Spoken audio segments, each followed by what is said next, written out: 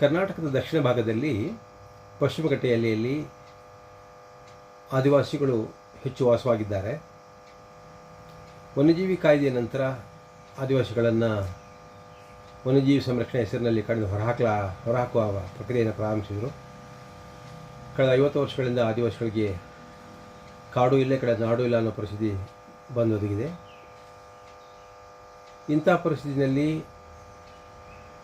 ಕೆಲವರು ಆಸಕ್ತಿ ಇರೋರು ಆದಿವಾಸಿಗಳನ್ನು ಮೇನ್ ಸ್ಟ್ರೀಮಿಗೆ ಬನ್ನಿ, ಮುಖ್ಯವಾಹಿನಿಗೆ ಬನ್ನಿ, ಎಲ್ಲರಂತೆ ನೀವು ಬದುಕು ಕಟ್ಟಿಕೊಳ್ಳಿ ಅಂಥೇಳಿ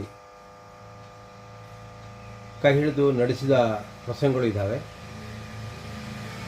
ಆದರೆ ಕಾಲಕ್ರಮೇಣ ಅವರಿಗೆ ಮಾಡಿರುವಂಥ ಅನ್ಯಾಯ, ಸರ್ಕಾರ ಏನು ಮಾಡಿದ ಅನ್ಯಾಯ, ಕಾಡಿಂದ ಹೊರಗೆ ಹಾಕಿ 50 ವರ್ಷ ಆಗಿದ್ರೂ ಅವರು ಪುನರ್ವಸತಿ ಕೊಡದೇ ಇರೋದು ಮೊದಲನೇ ಅನ್ಯಾಯ.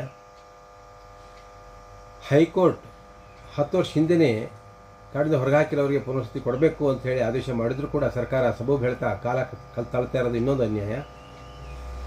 ಈ ಮಧ್ಯೆ ಮಕ್ಕಳು ಆದಿವಾಸಿ ಸರ್ಕಾರಗಳು ಮಾಡಿರುವಂಥ ಶಾಲೆಗಳಿಗಿರ್ಬೋದು, ಖಾಸಗಿ ಸಂಸ್ಥೆಗಳು ಮಾಡಿರುವಂಥ ಶಾಲೆಗಳಿಗಿರ್ಬೋದು, ಆಶ್ರಮ ಶಾಲೆಗಳಿಗಿರ್ಬೋದು, ವಿದ್ಯಾಭ್ಯಾಸಕ್ಕೆ ಅಂಥೇಳಿ ಬರ್ತಾ ಇದ್ದಾರೆ. ವಿಶೇಷವಾಗಿ ಈ ಪ್ರದೇಶದಲ್ಲಿ ಅಂದರೆ ನಮ್ಮ ಬಿಳಿಗಿರಿರಂಗನ ಬೆಟ್ಟ, ಮಹದೇಶ್ವರ ಬೆಟ್ಟ, ಕೊಡಗು, ಮೈಸೂರು, ನಮ್ಮ ಕಾಕನಕೋಟೆ, ಹುಣಸೂರು, ನಾಗರಹೊಳೆ ಪ್ರದೇಶ, ಈ ಎಲ್ಲ ಪ್ರದೇಶಗಳಲ್ಲಿ ಆದಿವಾಸಿಗಳು ಹೆಚ್ಚಿರೋದ್ರಿಂದ ಇಲ್ಲಿ ಆಶ್ರಮ ಶಾಲೆಗಳು, ಸರ್ಕಾರಿ ಶಾಲೆಗಳು ಹಾಗೂ ಸ್ವಯಂ ಸೇವಾ ಸಂಸ್ಥೆಗಳು ಮಾಡಿದ ಶಾಲೆಗಳು ಕೂಡ ಇದ್ದಾವೆ. ಈ ಸರ್ಕಾರಿ ಶಾಲೆಗಳ ಜೊತೆಗೆ ಸ್ವಯಂ ಸೇವಾ ಸಂಸ್ಥೆಗಳು ಮಾಡಿರುವಂಥ ಶಾಲೆಗಳು ಕೂಡ ಈಗ ಅನುದಾನಿತ ಶಾಲೆಗಳಾಗಿದ್ದಾವೆ. ನಾವು ಇಲ್ಲಿಂದ ಹುಣಸೂರು ತಾಲೂಕಿನಿಂದ ಮೊದಲೆಲ್ಲ ಮಕ್ಕಳನ್ನ ಓದಲಿಕ್ಕೆ ಬಿಳಿಗಿರಿರಂಗನ ಬೆಟ್ಟಕ್ಕೆ ಕಳಿಸ್ತಾ ಇದ್ವಿ. ಅದೇ ಪ್ರಸಂಗ ಈಗ ಕೂಡ ಮುಂದುವರೆದಿದೆ. ಈಗ ಹುಣಸೂರು ತಾಲೂಕಿನ ಒಂದು ಹಾಡಿಯ ಮಗು ಬಿಳಿಗಿರಿರಂಗನ ಬೆಟ್ಟದ ವಿವೇಕಾನಂದ ಗಿರಿಜನ ಕಲ್ಯಾಣ ಕೇಂದ್ರದ ಪ್ರೌಢಶಾಲೆಯಲ್ಲಿ ವಿದ್ಯಾಭ್ಯಾಸವನ್ನು ಮಾಡ್ತಾಯಿತ್ತು.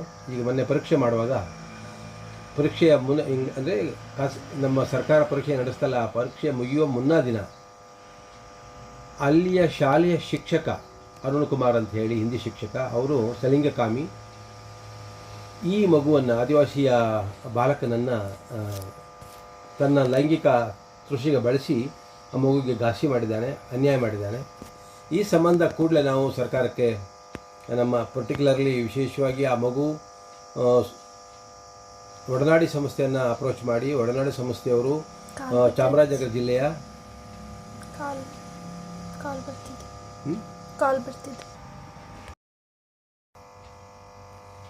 ಈ ಸಾಲಿನ SLC ಪರೀಕ್ಷೆ ಮುಗಿಯುವ ಮುನ್ನಾ ದಿನ ಮಗು ಇದಕ್ಕೆ ಪರೀಕ್ಷೆ ತಯಾರಾಗಿದ್ದ, ಕೊನೆಯ ಪರೀಕ್ಷೆಯನ್ನು ಬರಲಿಕ್ಕೆ ರೆಡಿಯಾಗಿದ್ದ. ಅಂದು ರಾತ್ರಿ ಶಿಕ್ಷಕರು, ಹಿಂದಿ ಶಿಕ್ಷಕ ಅರುಣ್ ಕುಮಾರ್ ಅಲ್ಲಿ ವಾರ್ಡನ್ ಮುಖಾಂತರ ಆ ಮಗುನ ತನ್ನ ರೂಮಿಗೆ ಕರೆಸ್ಕೊಂಡು ಆ ಮಗುವಿಗೆ ಮತ್ತು ಬರೋ ವಿಷಯಗಳನ್ನು ಕೊಟ್ಟು ಆ ಮಗುವನ್ನು ದಾರಿ ತಪ್ಪಿಸಿ ಆ ಮಗುವಿನ ಮೇಲೆ ಅತ್ಯಾಚಾರ ಮಾಡಿದ್ದಾರೆ. ಆ ಮಗು ನೊಂದು ನಂತರ ತನ್ನ ಸಹಪಾಠಿಗಳಿಗೆ, ಬೇರೆಯವರಿಗೆ ಹೇಳಿಕೊಂಡಿದೆ. ಒಡನಾಡಿ ಸಂಸ್ಥೆ ಕೂಡ ತನ್ನ ಸಮಸ್ಯೆಯನ್ನು ಬೇರೆಯವ್ರ ಮುಖಾಂತರ ಹೇಳಿದೆ. ಒಡನಾಡಿಯವರು ಆ ಮಗುವನ್ನು ಮಾತಾಡಿಸಿ ಪರಿಚಯ ಮಾಡಿ ಆ ವಿಷಯವನ್ನು ಚಾಮರಾಜನಗರ ಜಿಲ್ಲಾಧಿಕಾರಿಗಳಾದಂಥ ಮೇಡಮ್ನವ್ರಿಗೆ ವಿಶೇಷವಾಗಿ ಈ ಮಗುವನ್ನು ಪರಿಚಯ ಮಾಡಿಕೊಟ್ಟು ಅವರ ಕಷ್ಟವನ್ನೆಲ್ಲ ವಿವರಿಸಿ ಹೇಳಿದ ನಂತರ ಶಿಲ್ಪಾ ನಾಗ್ ಮೇಡಮ್ ಅವರು ಆ ಮಗುವನ್ನು ಸ್ವತಃ ವಿಚಾರಿಸಿ ವಿಷಯವನ್ನು ತಿಳಿದು ಅರುಣ್ ಕುಮಾರ್ ಹಿಂದಿ ಶಿಕ್ಷಕ ಈ ಮಗುವಿಗೆ ಅತ್ಯಾಚಾರ ಮಾಡಿರೋದು ಮನನ ಮಾಡಿಕೊಂಡು ಆ ಮಗುವನ್ನು ಒಂದು ಮಾನಸಿಕವಾಗಿ ನೊಂದಿರೋದ್ರಿಂದ ಅವನಿಗೆ ಚಿಕಿತ್ಸೆ ಕೊಡೋದ್ರ ಜೊತೆಗೆ ಆ ಮಗುವಿಗೆ ಅವ್ರ ಮಗುವಿನ ಪೋಷಕರಿಲ್ಲ, ಈಗ ತೀರ್ಕೊಂಡಿದ್ದಾರೆ. ತಾಯಿ ಬೇರೆಯವ್ರ ಮದುವೆ ಆಗಿದ್ದಾರೆ, ಅಪ್ಪ ತೀರೋದ. ಈಗ ಚಿಕ್ಕಪ್ಪನ ನಿಯಂತ್ರಣದಲ್ಲಿರುವಂಥ ಈ ಮಗುವಿಗೆ 1 ಲಕ್ಷ ಪರಿಹಾರವನ್ನು ತಾತ್ಕಾಲಿಕ ಕೊಟ್ಟಿದ್ದಾರೆ.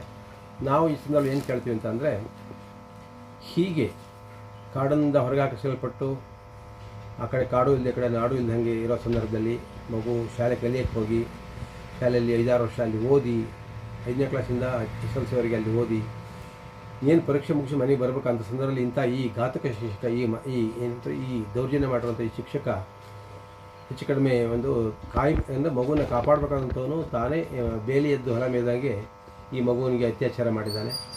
ಇವನ ಮೇಲೆ ತುಂಬ ಕಠಿಣ ಕ್ರಮ ಆಗಬೇಕು. ಇದೇ ರೀತಿ ಇವನ ಮೇಲೆ ಇನ್ನೂ ಅನುಮಾನಗಳಿದ್ದಾವೆ. ಬೇರೆ ಬೇರೆ ಮಕ್ಕಳು ಮಾತಾಡ್ತಾ ಇದ್ದಾರೆ, ಹಿಂಗೆ ಬೇರೆ ಮಾಡಿದ್ದಾರೆ ಅಂತ, ಅನ್ಯಾಯ ಮಾಡಿದ್ದಾರೆ ಅಂತೇಳಿ ಸಮಗ್ರ ತನಿಖೆ ನಡೆಸಿ ಈ ಮಗುವನ್ನು ಒಂದು ಇಂಥ ಮಕ್ಕಳಿಗೆ ಏನು ಅನ್ಯಾಯ ಆಗಿದೆ ಅದನ್ನು ನ್ಯಾಯ ದೊರಕಿಸ್ಕೊಡ್ಬೇಕು. ಅಷ್ಟೇ ಅಲ್ಲ, ಎಲ್ಲ ಮಕ್ಕಳಿಗೂ ಪರಿಹಾರ ಕೊಡಬೇಕು.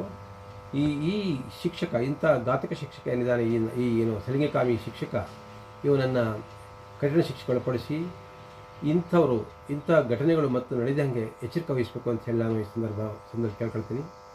ಮುಖ್ಯವಾಗಿ ಒಡನಾಡಿ ಸಂಸ್ಥೆಯವರು ಈ ಪ್ರಕರಣವನ್ನು ಕೈಗೆತ್ತಿಕೊಂಡು ಚಾಮರಾಜನಗರ ಜಿಲ್ಲೆಯ ಜಿಲ್ಲಾಧಿಕಾರಿಗಳಂತ ಶಿಲ್ಪಾ ನಾಗರ್ ಅವರ ಗಮನಕ್ಕೆ ತಂದು ಅವರು ಇದನ್ನು ಭಾಳ ಗಂಭೀರವಾಗಿ ಪರಿಗಣಿಸಿ ತಾನೇ ಸ್ವತಃ ಮಗುವನ್ನು ವಿಚಾರಿಸಿ ವಿಷಯವನ್ನು ಮನಗಂಡು ಅವ್ರಿಗೊಂದು 1 ಲಕ್ಷ ರೂಪಾಯಿನ ತಾತ್ಕಾಲಿಕ ಪರಿಹಾರವನ್ನು ಕೊಟ್ಟಿರೋದು ಕೂಡ ಒಂದು ಪ್ರಾರಂಭಿಕವಾಗಿ ಒಳ್ಳೆಯ ಬೆಳವಣಿಗೆ.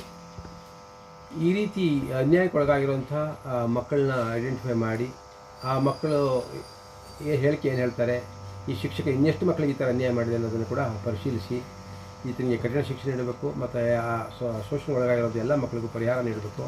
ಇವನ್ನ ಕೂಡಲೇ ಕೆಲಸದಿಂದ ವಜಾ ಮಾಡಬೇಕು ಅಂತ ಹೇಳಿ ನಾವು ಈ ಸಂದರ್ಭದಲ್ಲಿ ಆಗ್ರಹಿಸ್ತೀವಿ.